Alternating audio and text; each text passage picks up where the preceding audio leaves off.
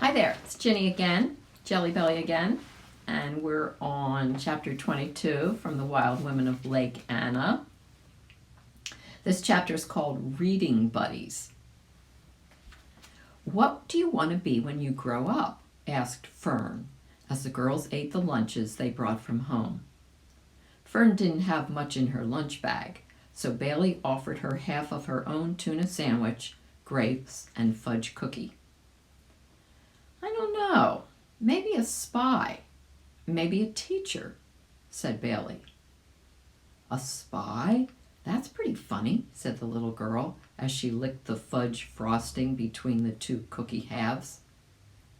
"I have a great somebody who was a spy. She was pretty cool," said Bailey. "That's a lot of greats," said Fern as she sipped her milk. "I don't think I have that many in my family." "Who's going to read first?" asked Bailey, crumpling her brown paper sack. "Me," said Fern. "I want to show you how good I am." There were still a few words that Bailey had to help her with, but Fern was no longer afraid to sound out words that were not familiar, and Bailey helped her when she looked up from the book for assistance. "Good job," said Bailey. "You are really doing well." "I don't know why my daddy doesn't like you," said Fern. "I don't know why either. I've never even met him." Fern went on. "He really hates your grandmother and calls her bad names. But I don't care. I like you anyway." "I like you too," said Bailey. "That's what counts." As Fern reached for her milk again, her brown sweater rode up her arm a little bit. Bailey saw that there were large purple bruises just above Fern's wrist. There was a large purple bruise. "How did you get that?" she asked. Fern quickly pulled the sweater over it. "I just fell," she said.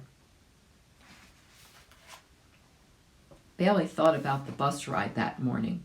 Justin had been acting funny lately. Ever since she had been assigned to help Fern with her reading, he had stopped speaking to Bailey. Not one word. No more nasty cracks about Florida girl. Instead, he got on the bus, avoided looking at her, and just walked straight to the back. She waited for him to come up to the seat behind her just to whisper something ugly, but he didn't. That was odd, but it was a relief to have the taunting stop. Fern had never mentioned him, so Bailey didn't ask. She thought she saw a bruise near his eye one morning. If he hurt himself, oh well, thought Bailey. She really didn't care what happened to him. "What do you want to be when you grow up?" Bailey asked Fern. "I want to be like you, a spy or a teacher." Bailey said, "Maybe we could write a story next time about the teacher who was a spy." Fern said, "Okay, I'll tell you the story and you write it down." Bailey said that was a great idea, especially if Fern would read it out loud to her once they were done. "Maybe you could draw pictures to go with it," suggested Bailey. "For my mom," said Fern with a grin. "This is Yumi." "Hi, guys. I like stories too." Okay, and chapter 23, what would May do? Rain. Again. Bailey was soaked as she ran from the bus stop to her house. She found a note by the kitchen phone, where Sugar always left them for her. Sugar wrote that she was meeting with Harry and some other people. If she wasn't back by 6, Bailey should set the oven for 350 degrees and put the chicken noodle casserole in it. Bailey opened a can of salmon-flavored cat food, yummy, for Shadow and Sally. They were eating so much more now that Sugar said they had the appetites of teenagers. Bailey half wondered if she should put their picture up next to all the wild women. They were very wild kittens these days, boys. Our two kittens are also. Sugar left a package of peanut butter cookies where Bailey could find them and put a note on the package that said, "Just 2, don't spoil your appetite," with a little smiley. Bailey took 3, as she knew Sugar would expect her to do, and went upstairs to her room with Shadow and Sally behind her. She looked at the wild women as she pulled off her school clothes and put on her comfy lavender sweatshirt and jeans. "I'm so boring," she thought, as she studied the faraway look in their eyes. Boring. She knew she had to spend time on finishing her gold mine report, which was coming together nicely. Sugar had found someone from the Historical Society to come to her school to meet with Bailey's committee. He brought maps of where the mines had been located and gave the committee copies to keep. That was helpful. He talked to them about types of minerals that had been found besides gold: pyrite, fool's gold, copper, and sulfur ore, and shared with them articles he copied from an old newspaper. He told them that when the miners dug, they were looking for gold in its purest form. He showed them how the miners used pans to look for pieces of gold in the creek beds. Ore is a rock or mineral that contains a small amount of gold.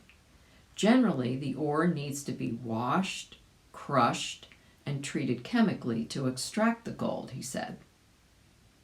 Bailey liked looking at the pictures of the old mines with names like Arminius and Boyd Smith, and learned that some of the workers, nippers, tailors, and muckers, only earned $1.50 a day, $1.50, a lot less than her allowance.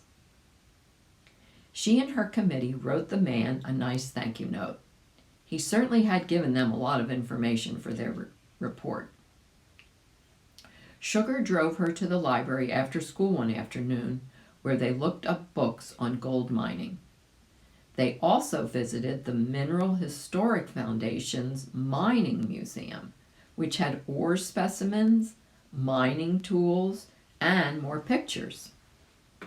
Sugar said that just for fun, she was going to borrow a metal detector from one of her friends, and they would see if they could find any pieces of gold in their own yard, especially when it was time to plow a plot for the new vegetable garden. Oh, that would be so fun. But instead of starting her schoolwork, Bailey finished the cookies and pulled down the attic stairs. Shadow and Sally were right behind her. They loved exploring and romping around the piles of boxes. Bailey put on May's hat. As she looked at herself in the oval mirror, the box that contained her mother's letters again caught her eye. Although it was in its usual place, it looked like someone had put it away in a hurry. "That's odd," thought Bailey. "It used to be taped closed. I know Emily didn't move it when she slept over, and I sure didn't touch it." Bailey went over to have a look.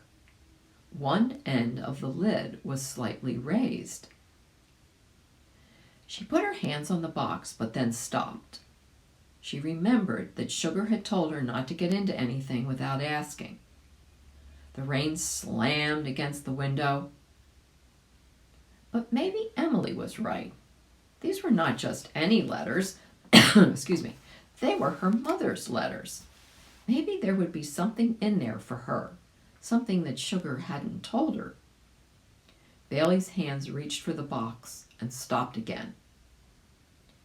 Except for taking extra cookies, she hadn't disobeyed Sugar since she had arrived.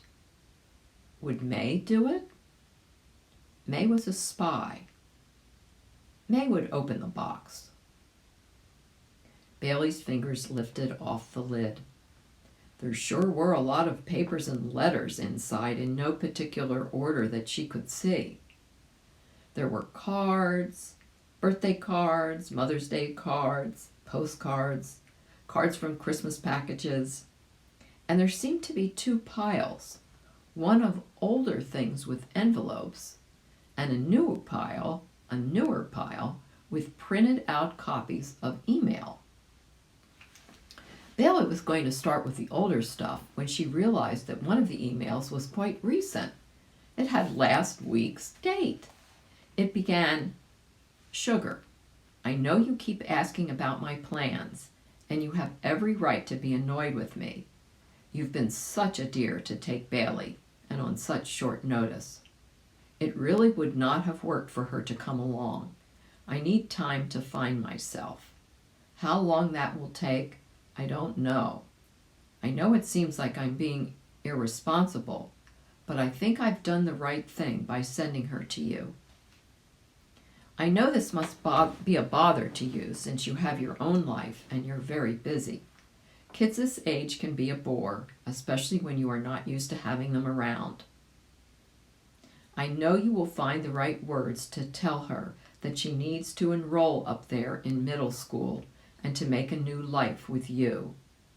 I'll continue sending you checks to help out with expenses. She's a wonderful child, but I don't think this is the type of adventure an 11-year-old should be on. I won't be in touch for a few weeks. We will be traveling in the rainforest. Love, Molly." Bailey couldn't believe what she had just read. She studied the email again. At first, she felt as sad as when she was really little and couldn't find her soft, stuffed baby doll and had to go to sleep without it. And then the sadness turned to a knot in her chest that felt more like something hard and burning. Why hadn't her mother told her herself? Why didn't Sugar tell me I was a bother, she wondered. She put the email back in the box and closed it. Excuse me, a flash of lightning startled her. As she looked out the window, she could see Sugar's truck coming up the driveway. Bailey carefully placed May's hat back in its box. She had a terrible thought. I wonder if Sugar is trying to get rid of me. Is that why she keeps asking when Mom is coming back? Maybe Sugar's sick of me too. Doesn't anybody want me? That's the end of that chapter. And there's Yumi, and we'll watch her for a second. I think she's settling down, hoping for some more reading. Okay. Oh, going in the house.